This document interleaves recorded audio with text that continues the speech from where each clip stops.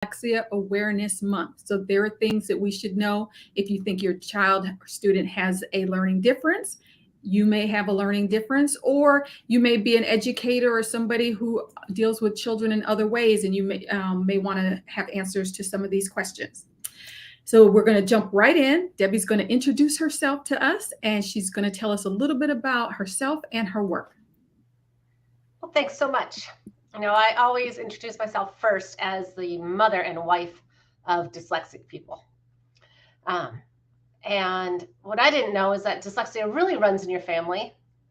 And I didn't know what signs to look for. And I didn't know what the education of dyslexic kids meant and how it differed from what was happening in so many public schools. So, my journey really kind of started with my son and trying to figure out why he loved listening to us read, but he hated reading himself. And why the school was not able to teach him to read.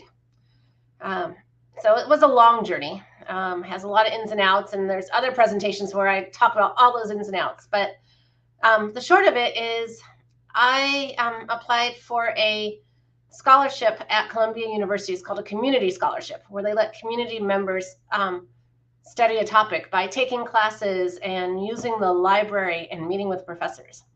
And between that and getting some classes at the schools he went to that did teach him how to read, I learned a lot about literacy instruction. And now I'm a consultant to the New York City DOE on literacy and dyslexia. So it's pretty exciting, this trajectory. My son is doing really well too. He went from an illiterate fourth grader to a dyslexia school and is a senior now at Bard High School Early College. And we're spending our time looking for colleges. But we're looking for colleges that might support his dyslexia. Even though he can read, there's still things he needs support on. That's wonderful. Maybe we'll have a chance to talk about the things that he needs support on, because this is something that other families would be interested in. I want to remind people who are watching that you can put comments in the questions or comments in the comment section, and I'll be looking for those, and Debbie will address them. But we're going to jump right in. We're trying something new, two things new. Not only are we doing a lunch and learn, but we are going to use slides, which we have not used for a while. So that's a wonderful, fun thing. Before we pull up Debbie's slides, she's going to define dyslexia for us and tell us why we should care. All right. So even the definition of dyslexia is controversial. A lot of states have their own definition. There is the International Dyslexia Association definition, and there is some federal legislation to define it. So the most important thing is that it's trouble connecting sounds to symbols. That's the most important part, is in our language, and you're going to see this in a slide in a little while, has a lot of symbols. But a lot of the definitions have words like an unexpected difficulty in reading. Now that has a lot of trouble when we have a lot of teacher bias, and it really hurts Black and brown boys more than anyone else, and even Black and brown girls, because they're not always expected to learn. And so how does a teacher unexpect something that they don't expect in the first place? So that's one of the things that I'm working to really get that language out of dyslexia. It's a trouble connecting sounds to symbols. It's trouble with the phonics usually. It means trouble with words, but really 99% of dyslexic kids have trouble with the phonetic code of English, and they need extra good instruction to get it. A lot of kids get the phonic code, when they learn each code once or twice and they've got it. Dyslexic kids, it can take 10 to 30 times to really learn it well.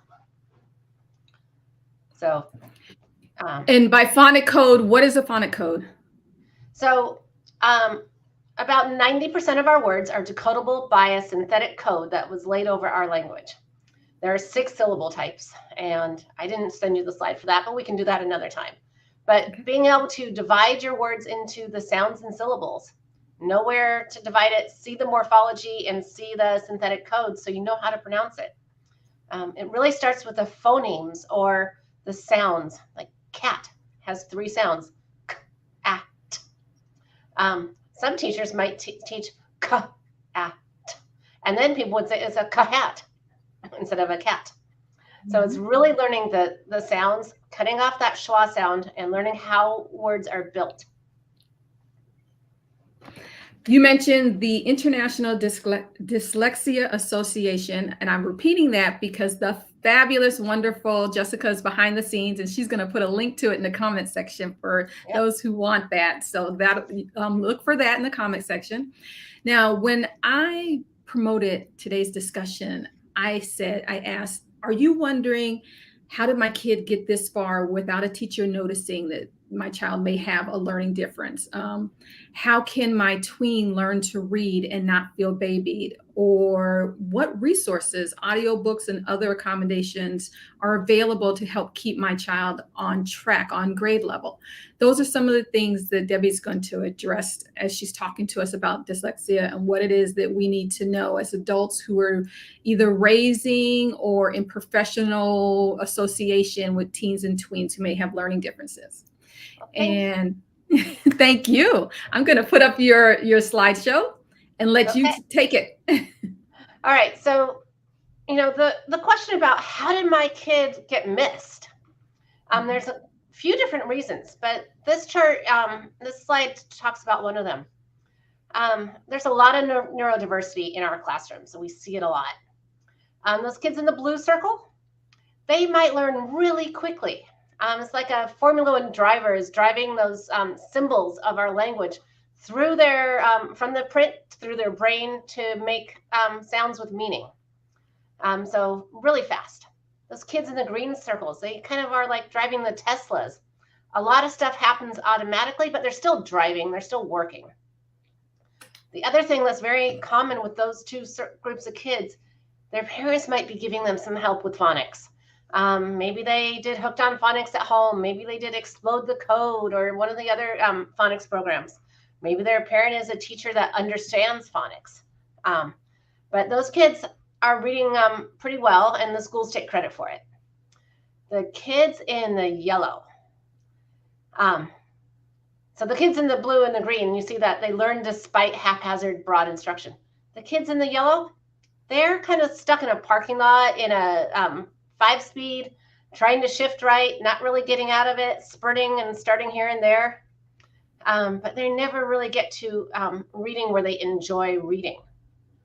And the kids in the red box, those are our dyslexic kids. Yeah, it's about 1 in 5, 1 in 6 kids are dyslexic. But you'll notice, and I tried to make this very obvious, across the screen you see a continuum. And not, every kid is a little bit different. And even within the dyslexic kids, there's a continuum. You might be mildly dyslexic, you might be profoundly dyslexic. So all this is on a continuum. But so the first way a kid could get mixed is when you have poor instruction in your school, when they're not teaching with a scope and sequence of phonics, it's called the science of reading or structured literacy. The dyslexic kids kind of just fall in with these kids in yellow, and they're never identified. They're just kind of let to flounder. So almost everyone, even the kids in the blue and green circles, would benefit from structured literacy. They'd learn even more. And so the kind of balanced literacy that's been used and whole language that's been used does not benefit the kids in the red or the yellow, and it really causes distress for the dyslexic kids in that red. A structured literacy program would help all. So the first thing is, here, they just get lost in there. Other kids memorize things really quickly.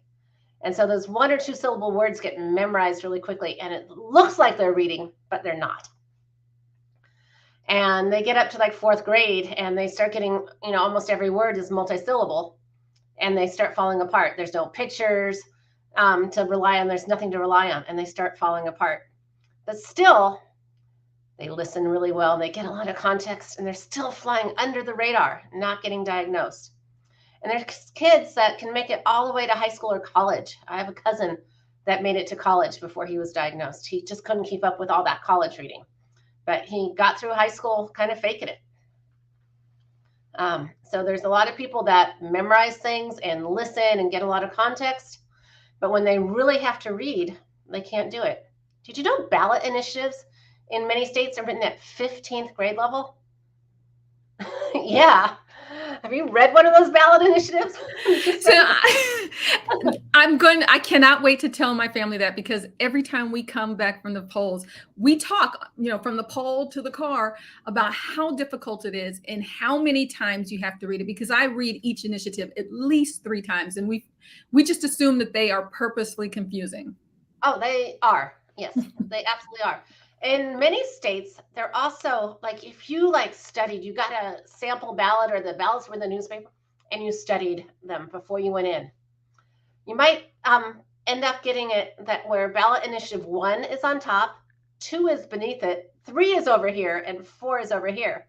And so you might actually still vote wrong because you thought it was like regular English, left to right. And then there's a whole nother reason these kids are missed. A lot of these kids in this yellow and red circle, they're really frustrated at school. They see kids doing something like it's really easy. They don't know why they can't do it. They act out. It's their turn to read aloud, and they start tapping someone on the shoulder. And they end up getting in trouble for behavioral issues, and sometimes even getting IEPs that are based on behavior issues rather than reading. And so they actually have an IEP for 12 years, still aren't taught to read because it wasn't identified. So there's all sorts of reasons kids can get to middle school and high school without being able to read and not getting diagnosed. Let's see, we had another question. We probably want to talk about some of the signs of dyslexia now. That would be the next slide.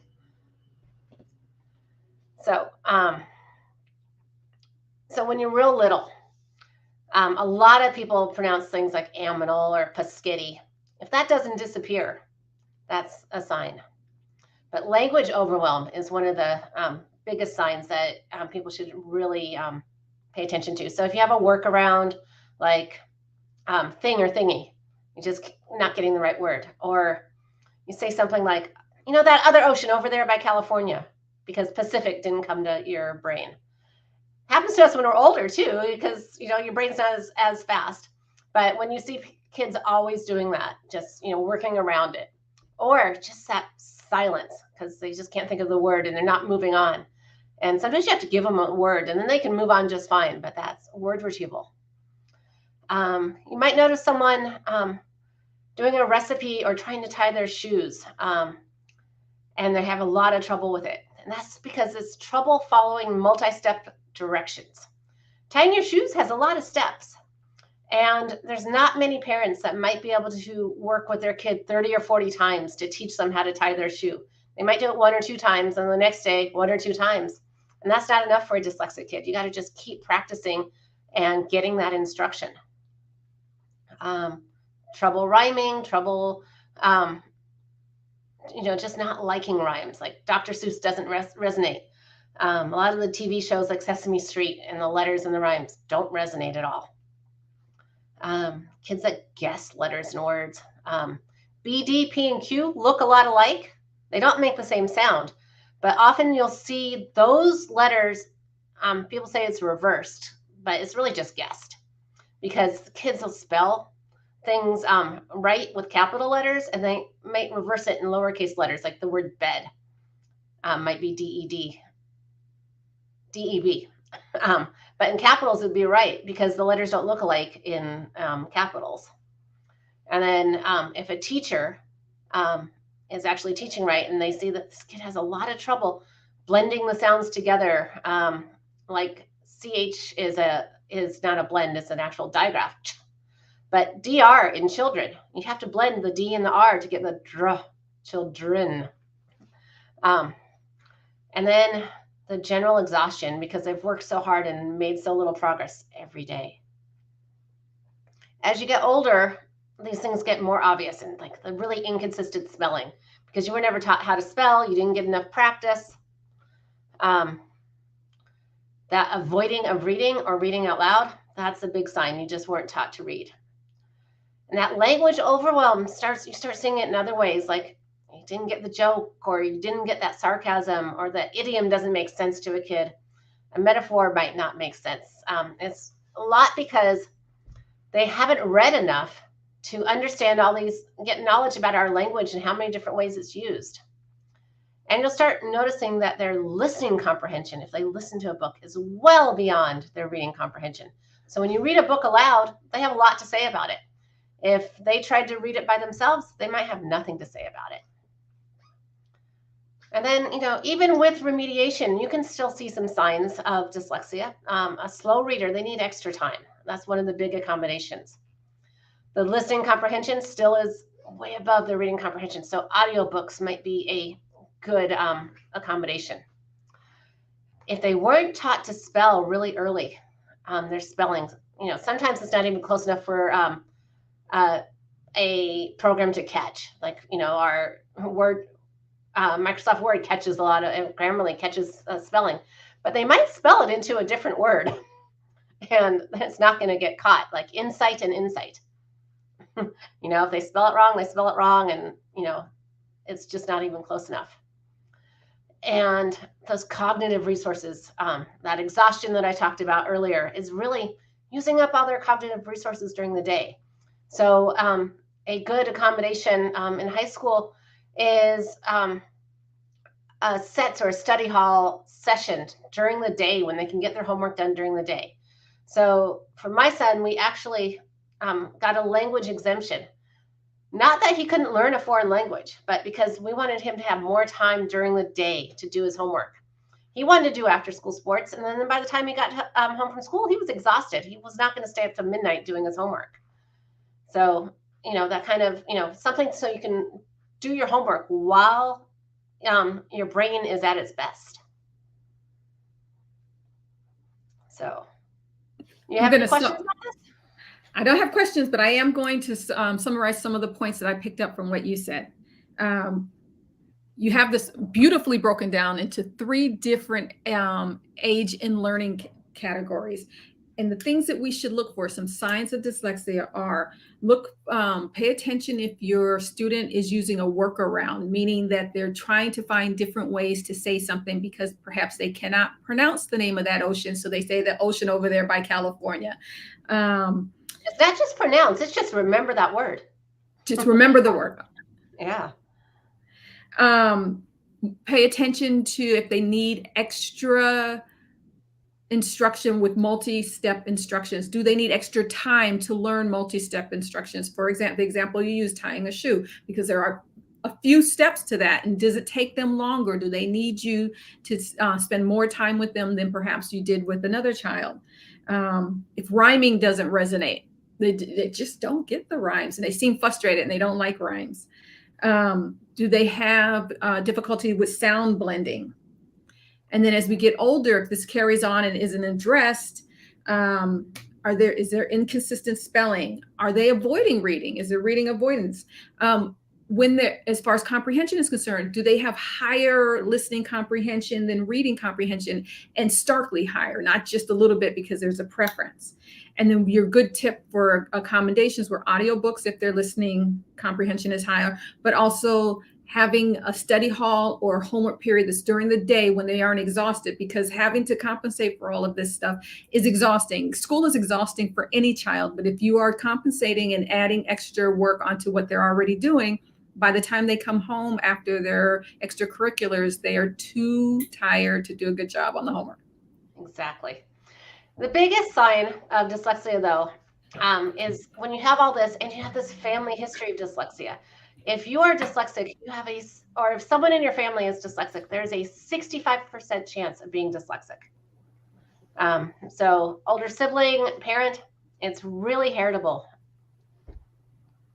That's a good thing to know, because if you feel as if some of these signs apply to you and you may not have been diagnosed because of whatever reason, and we can go through a whole list of historic reasons why, it is possible that your student also has a learning difficulty, and then you can both be tested and it will help both of you.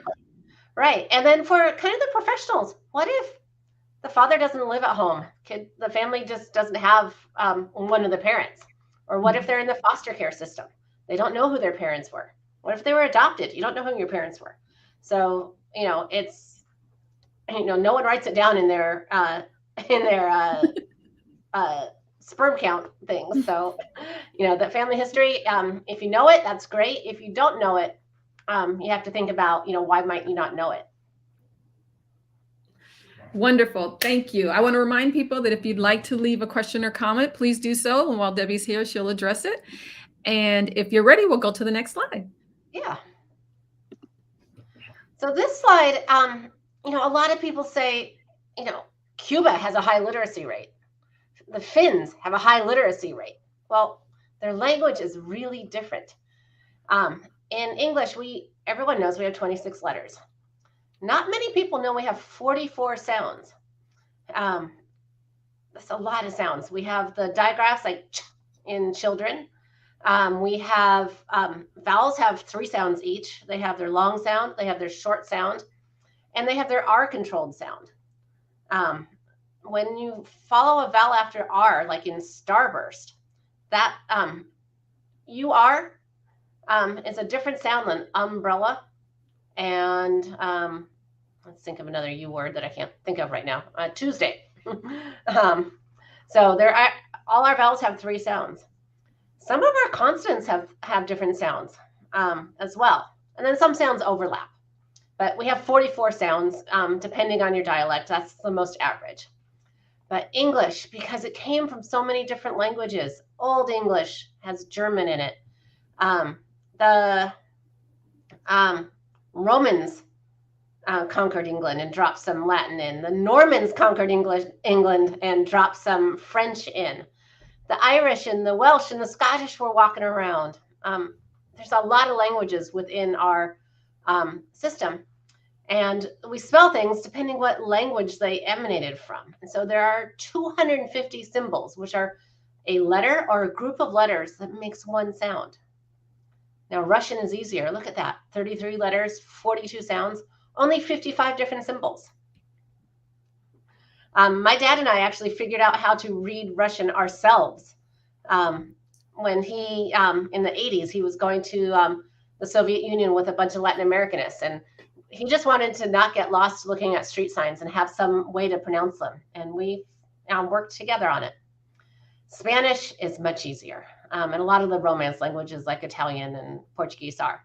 26 letters, 24 sounds, 29 symbols, plus your diacritics, those tildes and accent marks and stuff. Arabic and Hebrew are nearly 1-to-1.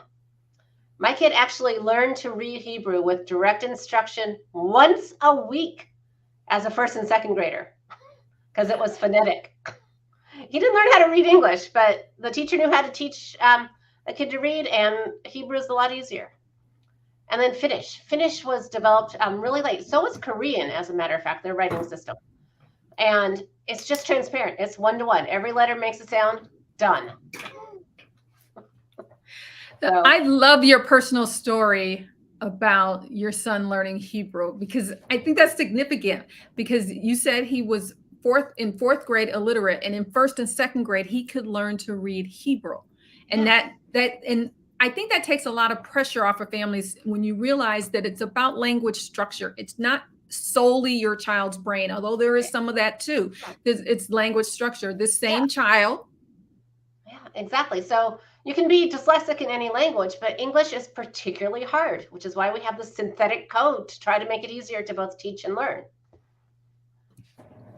Thank you for that. Yeah. So this slide is really for our middle school and teenagers, because there are some real high leverage grammar things they can do to make their writing a little more interesting, because it's really hard to write if you're dyslexic and you're just struggling to get the words on the paper, but you want to make a more interesting paper. You want to get a good grade. So, we talk about just transition words like time and sequence, like first or in addition or next. Maybe words like additionally, currently. There's a whole list of those words. And I can send you something to share with our families. There's transition words for conclusion, like in closing, in summary, or as a result, finally. There's good words for, if you want to give an example, an illustration of something, namely, such as, for example. Sometimes you want to change direction of your sentence, and you might say even though, or however, or on the other hand. And sometimes you might want to really emphasize something in a sentence. And there's a list of words that help you do that, like especially or notably, most importantly. There's ways to make your writing a lot easier. And then there's the appositive.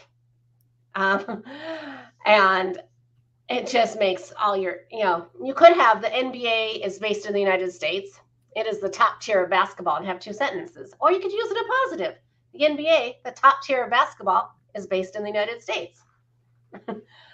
So, figuring out how to use these high leverage things to make your writing easier rather than, writing lots of short sentences. These are just some easy things to make it easier. I'm loving this, that we're going to school today. We have the slides showing stuff, but we're going to school learning how to make it easier and better for our students to go to school. I am really loving this and being very corny. Yeah, well, I think it helps everyone write every once in a while when they review all these things. Yeah. So, and I think you wanted to know about some resources that families could pull on. And so there are specialized schools, there are private schools around the country, but you don't always have to pay the tuition. We have something called FAPE, Free and Appropriate Education. And that is part of the Individuals with Disabilities Education Act. But I'm here to tell you it's not so free. Takes a lot of time and resources to take advantage of it. You need to get your kid a neuropsych usually that says he's dyslexic and says your school is not teaching him or her how to read. You can also get free tutoring from FAPE, but again, you need to invest all this time and sometimes money into it, and sometimes a lawyer or some kind of advocate. So it's a free and appropriate education for those who can afford it. But that stuff does exist. A little less costly are things that can support a kid while they're being taught to read. If your public school got a reading specialist that knows how to teach reading and follows the science of reading, but you want your kid to stay on grade level work. And so there are audiobooks. A lot of libraries use something called Simply E or Libby or Overdrive, and they have not just digital books, but audiobooks. They're usually narrated by humans. And that's really important for intonation. Other libraries are subscribed to the National Library Service, which is particularly for people with dyslexia or being blind. And they have a huge library of audiobooks. Here in New York City, we have a citywide digital library for our school system. And the librarian has partnered with our public library system to bring more audiobooks to our kids. And she uses an app called Sora, or they use an app called Sora for our kids in New York. Other school systems around the country may be using that same thing. There is a nonprofit called Learning Ally, and they have a library of about 80,000 books. And what's different about that, it's a subscription that either you can buy individually or your school system can subscribe to, and you keep that book for life, just like if you bought the book in a bookstore. And you can listen to it whenever. Libraries are, you borrow it for a little while. If it's not in stock, you have to put it on a wait list. Learning Ally, the book is always there if it's in their catalog, and you can keep it forever. Bookshare is another federally funded thing. It is mostly computer-generated voices. And not everyone learns from computer-generated voices because sometimes they're very flat, and sometimes they have their emphasis on the wrong part of a word.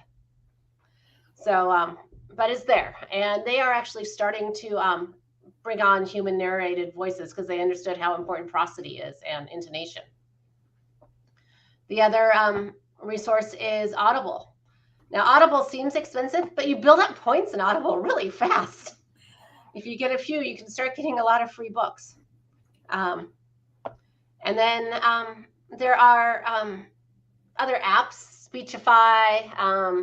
Microsoft has built-in apps that read Word documents and PDFs, I think, and other things.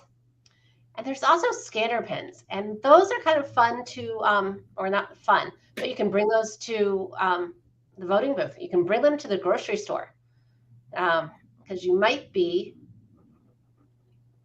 having to look at a list of ingredients on something, so you make sure it doesn't have peanuts in it or something. So I have a friend that actually bought buttermilk instead of milk because she bought it by the logo, not by the words. She was disappointed when she poured her bowl of cereal that morning.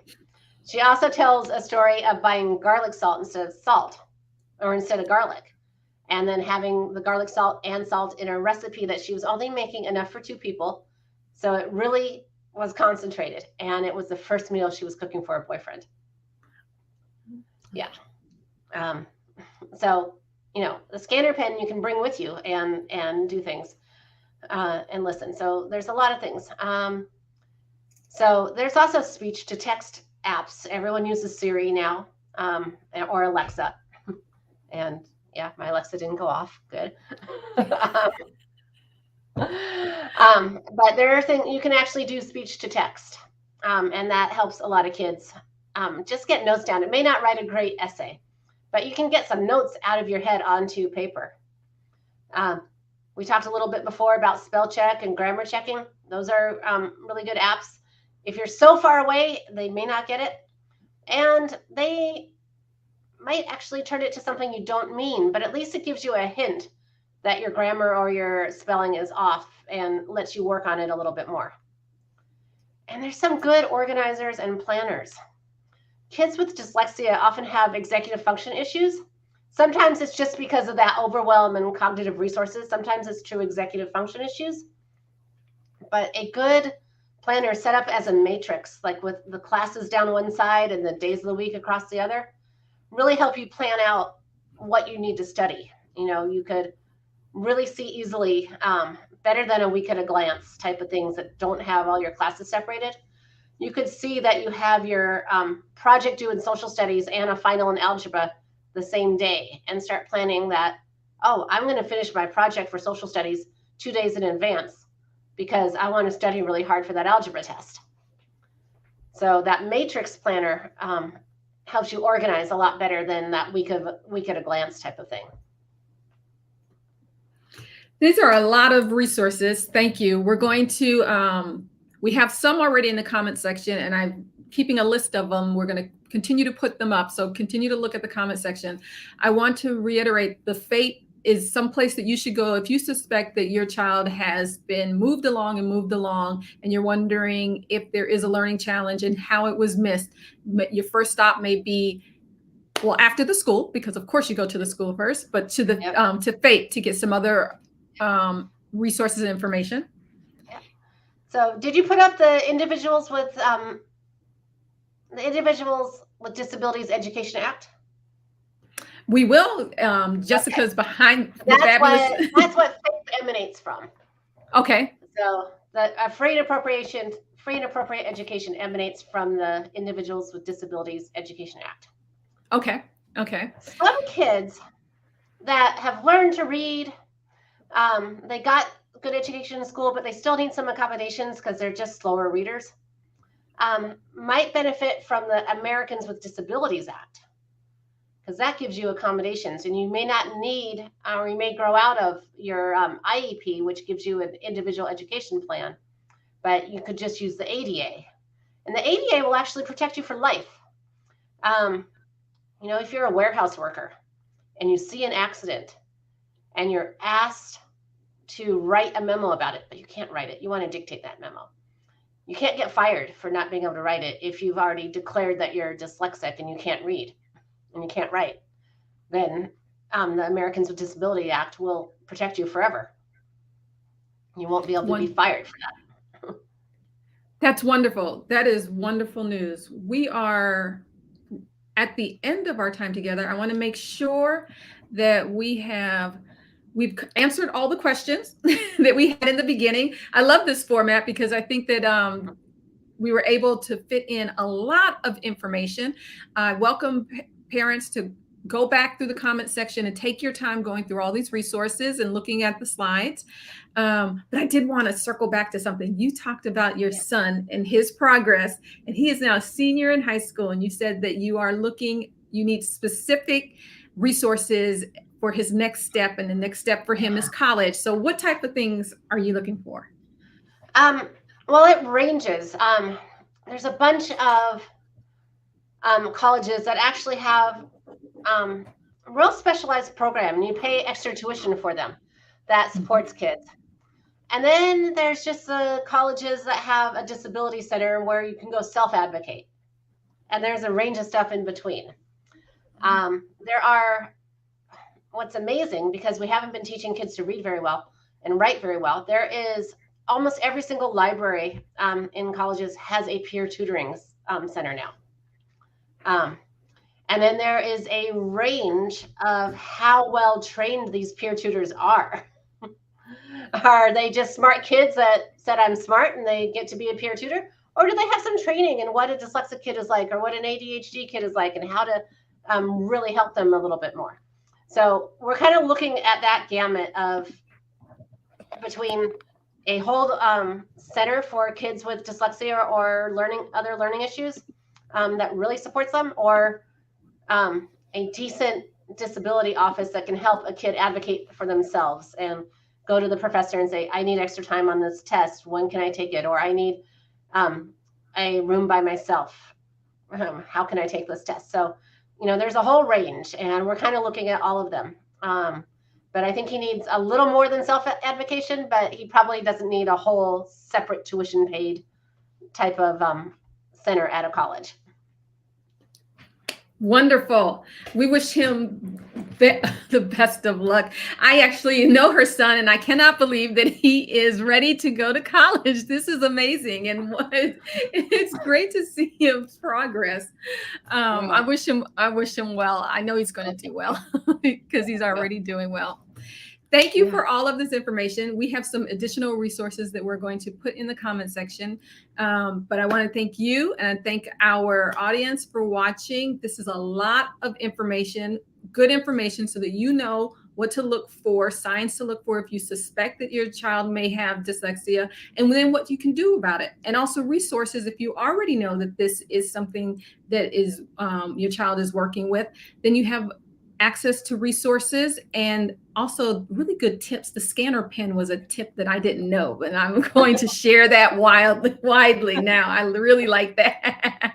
Yeah, there's 2 or 3 different brands now. And yeah, they're kind of cool. And taking them to the grocery store and reading I think it's probably good for all of us whose eyes are getting bad. Can't read that little tiny peanuts on there. Yes, exactly. I really like that idea.